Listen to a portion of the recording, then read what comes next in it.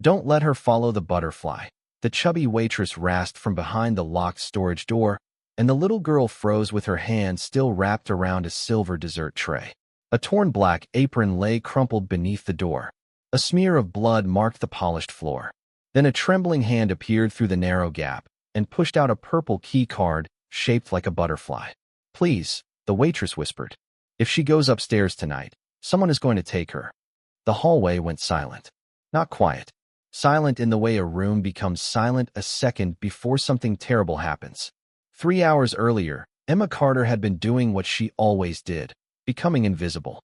The private casino restaurant sat beneath crystal chandeliers and imported Italian marble, a world built for people who never checked price tags and never carried overdue bills in their purses.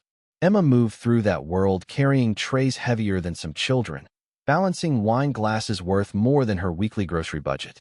She knew which guests wanted sparkling water without asking, which senator tipped poorly, which billionaire flirted with waitresses only when his wife wasn't looking. She knew how to disappear. That was her job. Her silver name tag rested against her chest, slightly bent at one corner. Her mother had given it to her on the first day she started working there. "If they don't see you," her mother had said, "at least you'll know who you are." Most days Emma touched it when things got hard. Tonight, she touched it 3 times before 7 o'clock. The first time happened when General Manager Richard Voss stopped beside her station and looked her up and down. His smile never reached his eyes. "Emma," he said pleasantly, "I'm moving you to the service corridor. Some guests pay for elegance." The surrounding staff lowered their heads. Nobody laughed. Nobody defended her either. They didn't have to. The silence did all the work. Emma swallowed and nodded. "Of course. Good girl." He patted her shoulder like someone rewarding a pet. Then he walked away. By 8:30, Emma was carrying a tray of champagne flutes through the east hallway when she noticed something odd. A little girl stood near the children's lounge, drawing butterflies in a sketchbook. She was the daughter of Dominic Moretti, the man who owned half the city and terrified the other half. Emma had served around him for almost 2 years. She knew his reputation, knew the bodyguards, knew the lawyers, knew the way conversations died whenever he entered a room. But she also knew one thing nobody talked about. Every hour, on the hour, one of his security men checked on his daughter. Every single hour. Tonight, nobody came. Emma noticed because invisible people notice things. Then she saw a man emerge from a restricted hallway holding a purple butterfly key card. At first she thought nothing of it. Then she realized what she was looking at. Children's access cards were never supposed to leave the family floor. Ever.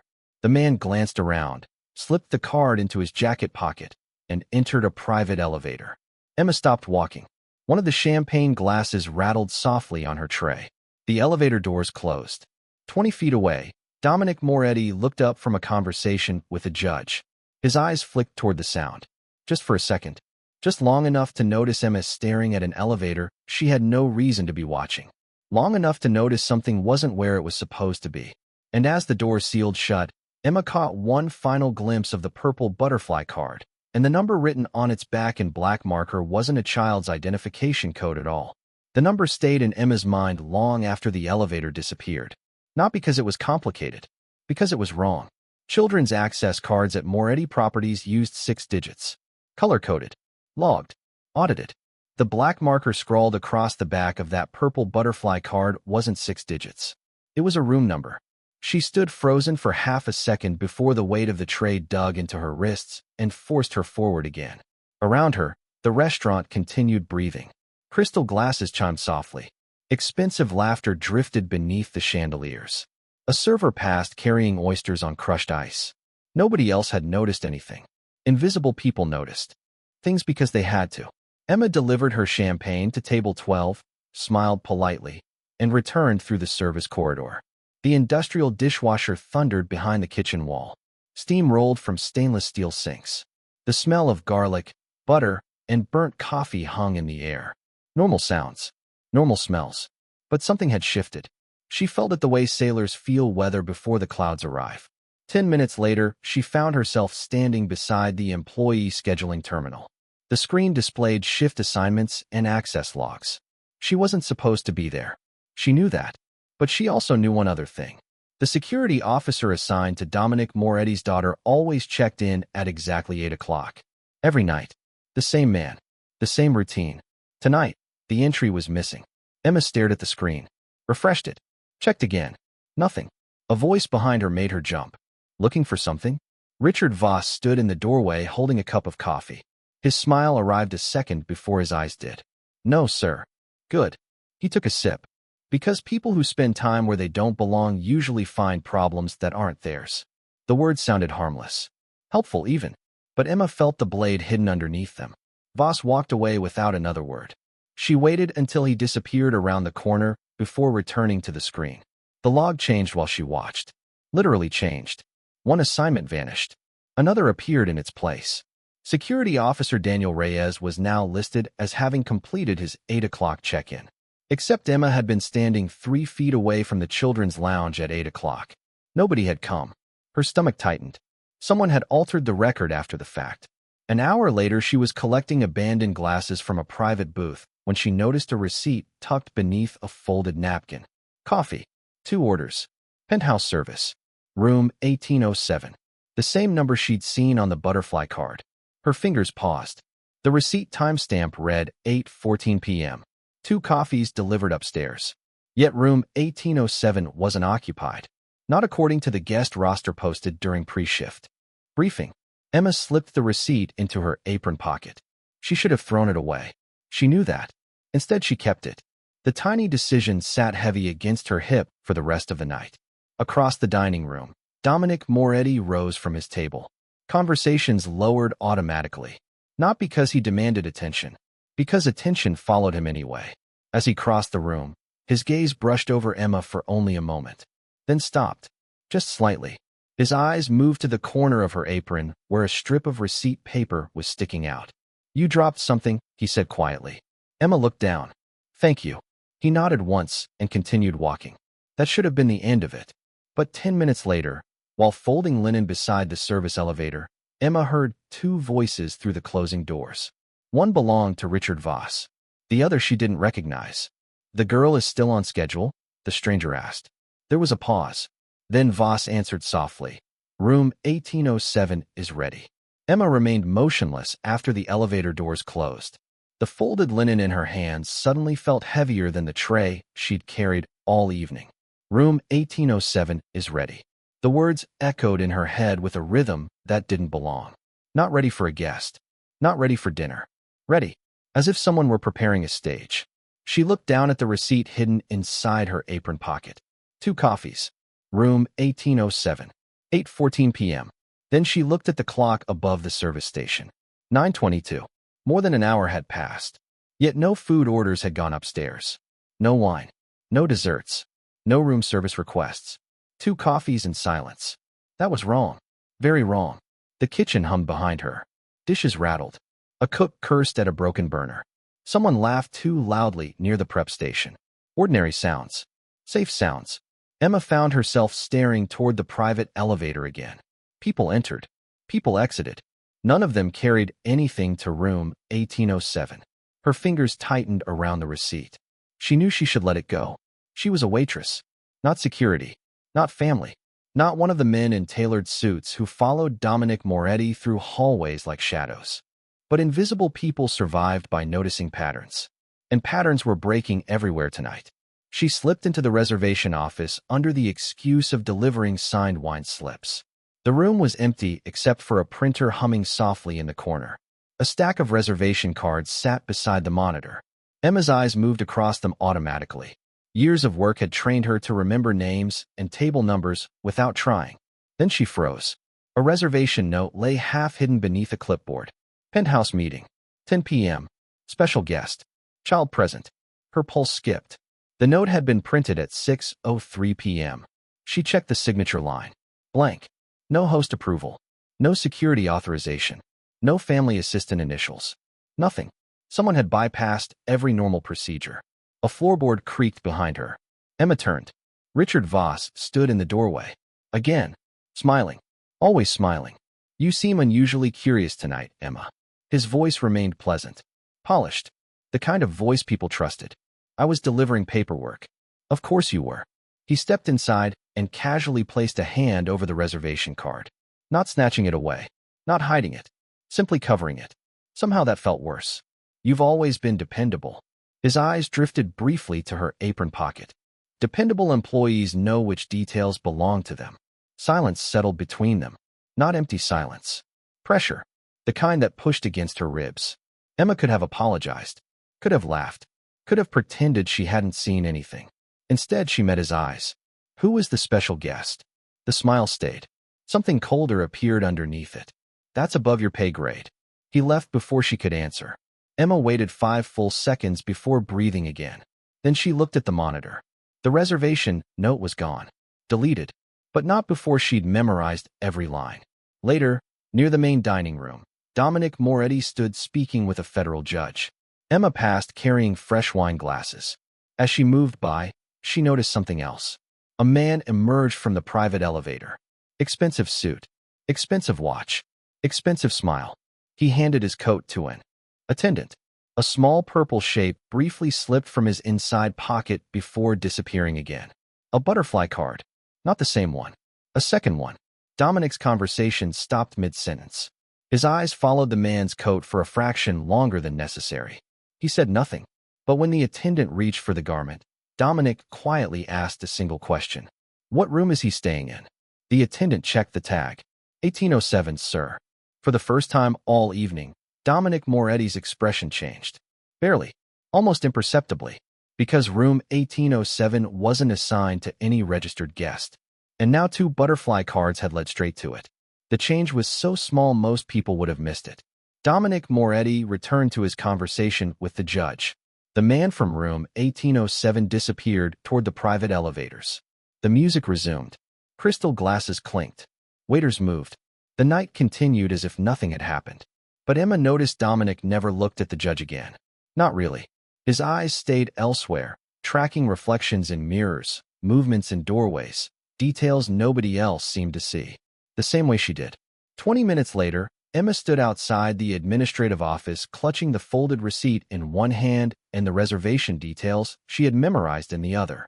She had made a decision. Maybe a stupid one. Maybe one that would cost her the job she desperately needed. But she was tired of pretending she hadn't seen what she'd seen. The director of security's office occupied a quiet corner overlooking the casino floor. Thick carpet. Dark wood. Expensive silence. The kind of room designed to make ordinary people feel smaller before they spoke. Victor Hale looked up from behind his desk as she entered. Mid-50s. Perfect suit. Silver hair. Calm eyes. Everything about him projected competence. Trust. Control. Emma Carter, right? He said warmly. One of our waitresses. One of our waitresses. Not Emma. Not Miss Carter. Just a category. She nodded. I need to report something. Of course. He gestured toward a chair. Sit. She remained standing. The receipt stayed in her hand. Something flickered behind his eyes. Gone instantly. I saw a restricted access card in circulation tonight, she said. A children's card. Did you? His tone remained pleasant. And where exactly did you see this? She explained carefully. Not everything. Just enough. Room 1807. The duplicate card. The altered security log.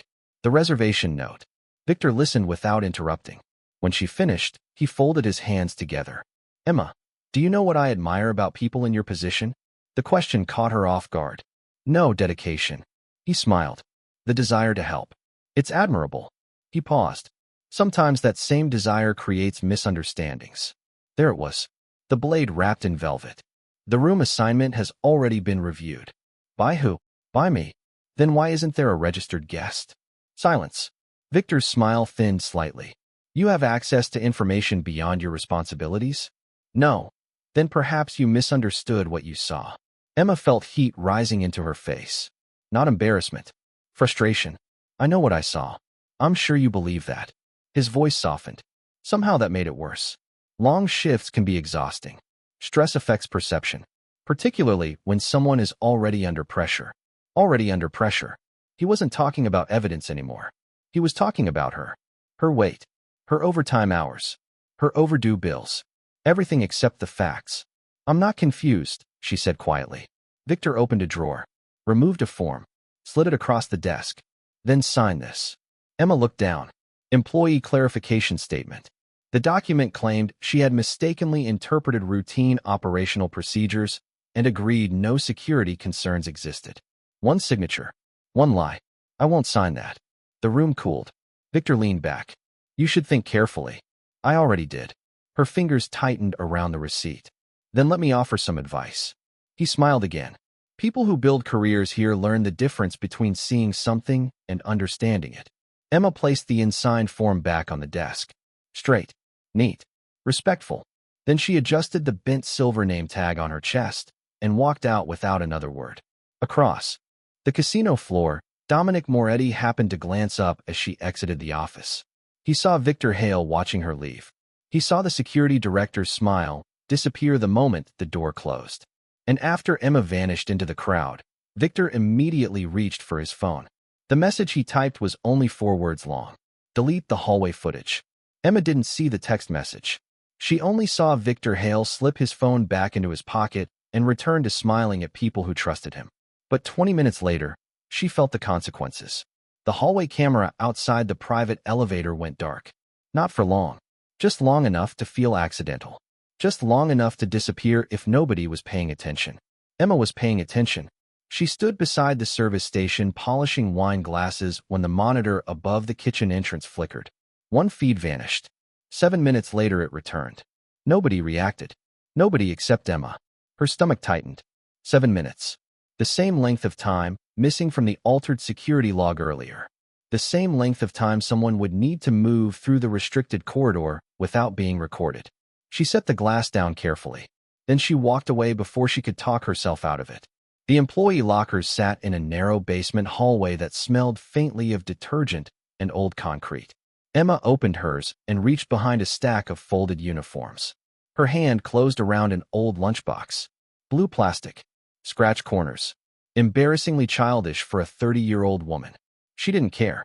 Inside was the small digital recorder she'd bought 2 years earlier after payroll accidentally lost 3 weeks of her overtime.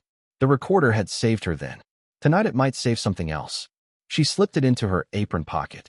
Upstairs, the restaurant glittered. Downstairs, pressure continued building where nobody could see it. Near 10 o'clock, Emma spotted Richard Voss entering the restricted service corridor. Alone. He checked over his shoulder first. A tiny gesture. Most people wouldn't have noticed. Emma followed at a distance. Not close enough to be seen. Just close enough to hear. The corridor ended near a locked storage room used for rare wines and private inventory. Voss stopped outside the door. Another man waited there. The same guest from room 1807. Their voices were low. Emma pressed herself behind a rolling linen cart and activated the recorder. Everything is prepared, the guest asked. Relax, Voss replied. Nobody's looking in the right place. And the girl? Silence. Then Voss laughed softly. The girl will be exactly where she's supposed to be. Emma felt cold spread through her chest. She shifted slightly, trying to hear more. Her shoe brushed the floor. A tiny sound. Barely anything. Both men turned immediately. She ducked lower. Seconds crawled by. Then footsteps approached. Slow. Careful. Predatory. Emma killed the recorder and held her breath. The footsteps stopped on the opposite side of the linen cart. Silence stretched. She could hear her own heartbeat. Then another voice broke it. Deep. Controlled. Dangerous. Problem. Dominic Moretti stood at the far end of the corridor. Voss stepped back instantly. The guest straightened his jacket. Everything changed in 1 second. No problem at all, Voss said smoothly. Just inventory concerns. Dominic's eyes moved from Voss to the guest, then to the storage room door, then to the linen cart. He said nothing. That silence felt heavier than a threat. Eventually, he nodded once and walked away. The moment passed. The guest left. Voss left. Emma remained hidden until the corridor emptied. Only then did she pull out the recorder. Her hands were shaking. She replayed the audio. Most of it was useless. Muffled footsteps, air conditioning, fragments of conversation. But near the end, after Voss mentioned the girl, another sound appeared. A metallic click. Distinct. Familiar. Emma listened 3 times before she recognized it. It wasn't a wine lock. It wasn't a service door. It was the exact electronic tone made by a children's butterfly access card when it opened a restricted security gate. And Victor Hale was the only person outside the family authorized to program those cards. Emma listened to the recording 4 more times before sunrise. The tiny apartment above a laundromat smelled faintly of detergent and old radiator heat. Rain tapped softly against the window. A small television murmured from the neighboring unit through paper-thin walls. Ordinary sounds, the kind that usually helped her sleep. Tonight, they only made the silence between them feel heavier. She sat at her kitchen table with the recorder, the receipt from room 1807, and a stack of hospital bills she hadn't yet found a way to pay. The largest bill sat on top. Her mother's physical therapy balance. Past due. Red letters. Final notice. Emma looked at it for a long moment before sliding it aside. Money wasn't the thing keeping her awake. Neither was the fear of losing her job. It was the image of a little girl drawing butterflies while adults moved pieces around her like she wasn't a person. Emma picked up her phone. She typed a message. Deleted it. Typed again. Deleted it. Finally, she sent only 3 words to the private employee ethics line nobody ever used. Check room 1807. Then she turned off the light. Across the city, Dominic Moretti sat alone in his study. A single desk lamp illuminated a spread of documents. Security logs, guest registrations, elevator records, camera reports. His attorney stood nearby holding a tablet. Neither man had touched the whiskey sitting on the desk for nearly an hour. Dominic stared at a report showing the missing 7 minutes of hallway footage. System error? He asked. That's the explanation. Do you believe it? The attorney didn't answer immediately. That answer was answer enough. Dominic slid another paper forward. Room 1807. No registered guest. Yet service receipts existed. Elevator access existed. Internal records existed. The room had somehow existed and not existed at the same time. His phone vibrated. A message from his daughter. A photo appeared on the screen. A page from her sketchbook. Butterflies. Purple butterflies. One of them had numbers written across its wings. Dominic's expression didn't change, but his eyes stayed on the image longer than necessary. Where did she see this? He asked quietly. The attorney checked. She says she copied it from a card. Dominic leaned back. Silence settled across the room. Then he reached for another file. Employee records. Hundreds of names. Hundreds of faces. He stopped on Emma Carter. 5 years employed. No complaints. No disciplinary actions. Consistent performance reviews. Multiple voluntary overtime shifts. A note from 3 years earlier caught his attention. Employee disputed altered payroll record. Claim verified. Employee compensated. Dominic remembered the incident. Barely. Not because of Emma. Because Victor Hale had personally handled it. Another silence. He opened the camera archive from that year. Then another. Then another. Victor's name appeared repeatedly. Missing footage. Corrected reports. Administrative overrides. Always reasonable. Always explainable. Never enough to trigger concern. Until now. The attorney watched his face carefully. You think they're connected? Dominic looked toward the rain sliding down the dark glass. I think patterns matter. The attorney nodded. And the waitress? Dominic's gaze dropped to the photo his daughter had sent. Then to Emma's personnel file. Then to the receipt from room 1807. 3 separate pieces. All pointing in the same direction. Keep her safe, he said. Without telling her. It was the first instruction he had given regarding Emma Carter. The first sign that the balance had shifted. But not the thing that unsettled him most. That came 30 seconds later when he opened a 15-year-old security review and found Victor Hale's signature beneath a recommendation that Dominic himself had approved without reading. He stared at it for a very long time before quietly realizing he had spent years watching the wrong people and trusting the wrong man. The next evening arrived dressed in crystal light and expensive lies. From the casino floor, nothing looked different. Dealers smiled. Guests laughed. Waiters carried silver trays through rivers of money. But beneath the surface, pieces had already begun moving. Emma noticed the first one at 7:42 p.m. A new butterfly access card sat inside the security office evidence tray. Same purple color. Same embossed wings. Different serial number. Someone wanted it to be found. She knew that because the card had been placed too neatly, too visibly. Real mistakes hid. This one was waiting. Emma kept walking. Her reflection flashed briefly across the glass wall beside her. Apron pressed. Name tag straight. Hands steady. She looked calm. Inside, her pulse was counting every second. Across the building, Dominic Moretti sat in a private dining room with Victor Hale, and 3 department heads. A bottle of Barolo rested unopened in the center of the table. Nobody touched it. Dominic had called the meeting himself. No explanation. No agenda. Just a request. That alone was enough to make people nervous. Victor looked composed. Professional. Trusted. For 15 years, he had been the man people called when something went wrong. Tonight, he sat with his hands folded neatly on the table. "You wanted to review access procedures?" he asked. Dominic nodded. "Humor me." Silence followed. The dangerous kind. Dominic opened a folder. Inside were copies of access logs, receipts, camera timestamps. Nothing dramatic. Just paper. "Tell me," he said quietly, "how many active butterfly cards currently exist?" Victor answered immediately. 1. Too quickly. Dominic simply nodded. "Interesting." He closed the folder. No accusation. No reaction. Just that single word. Interesting. Meanwhile, Emma stood near the service corridor holding a tray of untouched champagne glasses. She watched a security monitor reflected in a polished steel column. Not directly. Reflections showed more than people realized. The evidence tray containing the butterfly card remained on screen. Empty hallway. Empty office. Empty room. Then a hand entered frame. Fast. Confident. The card vanished. Emma never saw the face. Only a silver signet ring shaped like a lion. She had seen that ring before. Earlier that week. On Victor Hale's right hand. She set the tray down and quietly memorized the exact time. 8:11 p.m. upstairs. Dominic asked another question. When was the last time a butterfly card required reprogramming? Victor leaned back slightly.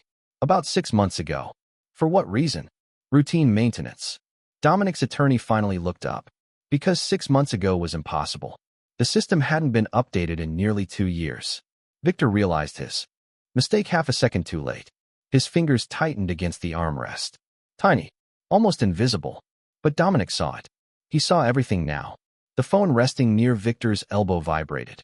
Once. Then again. Nobody reached for it. Nobody spoke. The sound seemed unnaturally loud inside the room. Dominic's gaze drifted toward the device. "You can answer it." Victor forced a smile. "It can wait." "Can it?" Another silence. Longer this time. Colder. Downstairs, Emma reached the security office and found the evidence tray empty. Exactly as expected. But something else remained. A printed chain of custody form. Whoever removed the card had forgotten to take the paperwork beneath it. Emma's eyes dropped to the signature line. She froze. The butterfly card had officially been checked out at 8:12 p.m. by Victor Hale himself. The timestamp sat directly beneath his signature. 1 minute after he had been sitting in a meeting upstairs. For the first time since this began, Emma felt something shift. Not fear. Not hope. Something sharper. Because somewhere in the building, Victor Hale was beginning to realize the waitress he thought nobody would listen to was no longer standing alone. The private dining room had been designed to impress people. Floor-to-ceiling windows overlooking the city. Imported marble. Crystal chandeliers. A table large enough to seat 20. Tonight it felt smaller than a prison cell. Nobody raised their voice. Nobody needed to. The silence carried enough weight. Victor Hale sat at one end of the table. Dominic Moretti sat at the other. Between them rested a slim black folder. Closed. Untouched. Dangerous. Emma stood near the wall in her server uniform. Not at the table. Not among the executives. Not among the lawyers. Exactly where people like her were usually expected to stand. Invisible. Except tonight, every eye in the room kept drifting back to her. Dominic looked toward his attorney. "Show them." The folder opened. First came the chain of custody form. Victor's signature. Timestamp. 8:12 p.m. Then came the meeting attendance record placing Victor upstairs at 8:12 p.m. 2 locations. Same minute. Impossible. Victor adjusted his cufflinks. Administrative error. His voice remained steady. Paperwork discrepancies happen. Nobody answered. The attorney placed a second document beside the first. Elevator access logs.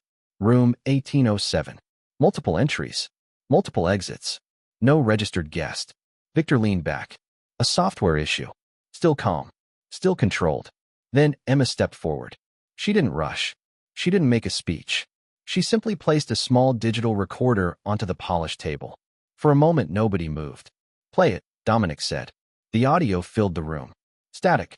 Footsteps. Muffled voices. Then Richard Voss's voice emerged clearly. "The girl will be exactly where she's supposed to be. Silence followed. Heavy silence. The kind that forces people to sit with what they just heard. Victor folded his hands. A fragment without context. Maybe, Dominic replied. Continue. The attorney pressed another button. A second file appeared on the screen mounted behind the table. Security footage. Original footage. Not the edited version. Not the report. The actual archive recovered from an automatic backup Victor hadn't known existed. Emma had remembered something nobody else considered important. During orientation 3 years earlier, an IT technician had complained that the old backup server copied every camera feed at midnight whether management wanted it or not. Most employees forgot. Emma hadn't. The footage rolled. Hallway. Private elevator. Victor Hale. Clear as daylight. Taking the butterfly card from the evidence tray himself. The room went perfectly still. Richard Voss lowered his head. One board member quietly removed his glasses. Nobody looked at Emma anymore. They were looking at Victor. For the first time all night, he had no immediate answer. Dominic's daughter suddenly spoke from the doorway. Nobody had noticed her arrive. She held her sketchbook against her chest. That's him, she said softly. Every adult in the room turned. He's the man who told me to follow the butterfly. The words landed harder than any accusation. Dominic closed his eyes for a brief second. Not in anger. In pain. Real pain. Because the realization was finally complete. He had reviewed reports signed by Victor. For years. Approved recommendations. Trusted explanations. Trusted corrections. Trusted silence. And while he was doing that, a waitress carrying trays had been paying closer attention to his daughter's safety than the man he had placed in charge of protecting her. Dominic opened his eyes and looked at Emma. Not past her. Not through her. At her. The room waited. Victor waited. Everyone waited. Dominic reached forward, picked up the purple butterfly card, and placed it gently in the center of the table. Then he turned toward his attorney and spoke in a voice so calm it made the room colder. Call my attorney. No one spoke after Dominic Moretti said the words. Call my attorney. The city lights beyond the windows continued shining. The chandeliers continued glowing. Somewhere below, chips still moved across casino tables and glasses still clinked against marble bars. But inside the private dining room, an entire system had just stopped breathing. The consequences did not arrive all at once. They arrived the way truth usually arrives. One signature, one investigation, one door closing at a time. Victor Hale was removed before sunrise. His access revoked. His office sealed. The internal review uncovered years of altered reports, deleted footage, falsified approvals, and quiet manipulations hidden beneath professional language and trusted credentials. Richard Voss lost his position before the week ended. Several board members who had ignored warnings found themselves answering questions they had never expected to hear. Outside attorneys arrived. Insurance auditors arrived. Compliance investigators arrived. For the first time in years, nobody was allowed to simply explain things away. The butterfly card became evidence. The recorder became evidence. The missing footage became evidence. Most importantly, Emma Carter's words became evidence. 2 weeks later, the entire restaurant staff gathered before the lunch shift. The dining room looked different during daylight. Less glamorous. More honest. Dominic stood near the front beside his attorney and the new operations director. Emma remained where she always stood, toward the back, near the service station. Old habits were hard to break. Dominic noticed immediately. Emma, he said. The room turned. Come here. She hesitated, then stepped forward. Every employee watched. Some looked embarrassed. Some looked guilty. A few looked ashamed. Dominic held a folder in his hand. Your personnel record has been corrected. His voice remained calm. Every disputed overtime hour. Every missing payment. Every complaint that was dismissed without review. Everything. He handed her the folder. Your name will remain attached to the truth. The room stayed silent. Then something unexpected happened. One by one, people began apologizing. Not dramatic speeches. Not excuses. Simple apologies. A bartender. A hostess. A supervisor who had looked away when she was mocked. The words could not erase the past. But they mattered. Later that afternoon, Dominic's attorney met with Emma and her mother. The hospital debt was transferred into a medical assistance trust funded through the foundation Victor had secretly abused. Her mother's therapy continued without interruption. The insurance disputes disappeared. Legal protections were put in place. Not charity. Correction. The difference mattered to Emma. A month later, a small ceremony took place before opening hours. No reporters, no cameras, no publicity. Dominic stood beside the service entrance holding something in his hand. The silver name tag. The one with the bent corner. The one her mother had given her years ago. The one she had touched whenever the world tried to make her smaller. Dominic looked at it for a moment before pinning it carefully onto her uniform himself. Emma Carter, he said. Just her name. Nothing else. Yet somehow it carried more weight than any title. Nearby, his daughter smiled and handed Emma a framed display. Inside were two items. The purple butterfly card and a copy of the receipt from room 1807. The symbols of a night that could have buried the truth and instead revealed it. That evening, after the final tables had been cleared and the last guests had gone home, Emma sat alone in the quiet restaurant with a cup of hot coffee warming her hands. The lights were softer now. The room felt smaller. Kinder. Dominic passed by on his way out. He paused. You could have asked for money, he said. Emma looked at the steam rising from her cup. Then she smiled faintly. I only wanted someone to listen. Dominic stood there for a second longer than usual. Then he nodded and walked away. And for the first time in a very long time, the woman everyone had learned not to see sat beneath the warm light of a nearly empty room, her name intact, her dignity restored, and the truth finally louder than power.